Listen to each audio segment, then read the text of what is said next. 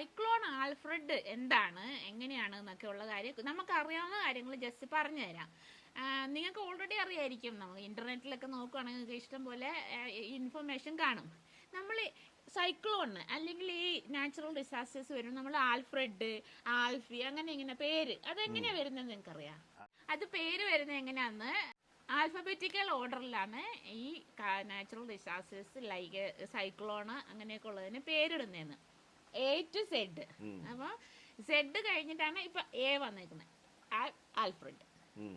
അതാണ് പിന്നെ ഈ ഒരു ആൽഫ്രഡ് എന്നുള്ള പേര്.